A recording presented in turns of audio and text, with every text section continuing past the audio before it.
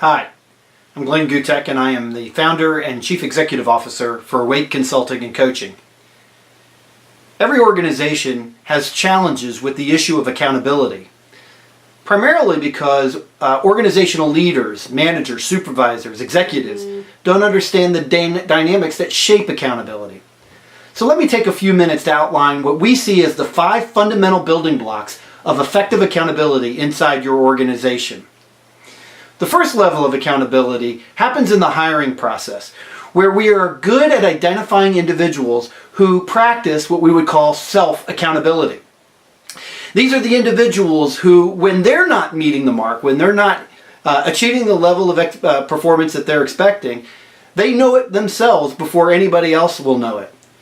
These individuals, when they come to their 90-day evaluation, will oftentimes evaluate themselves in a harsher way than their supervisor does.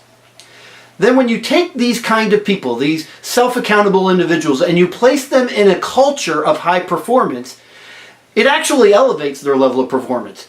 People have a unique ability to pick up cues from their environment, to know what is accepted behavior and what is not accepted behavior. And when your cultural environment expects a high level of performance, it generally brings everybody up. Beyond that, you need to place them in a process or a system where there are clear measurements and benchmarks for not only their individual position, but the benchmarks for the team. And that there is some kind of scoreboard whereby they can get some feedback on how well they're doing against those numbers. And we call that a numeric accountability. Furthermore, pay very close attention to the conversations that happen around the water cooler, because there is where peer accountability takes place. Do the interactions with other team members bring out the best in them? Or is it an invitation to settle for mediocrity? And finally, the final level of accountability is what we would call supervisory. Now, supervisory accountability will initially happen at the 90-day evaluation mark of an employee or at the annual review.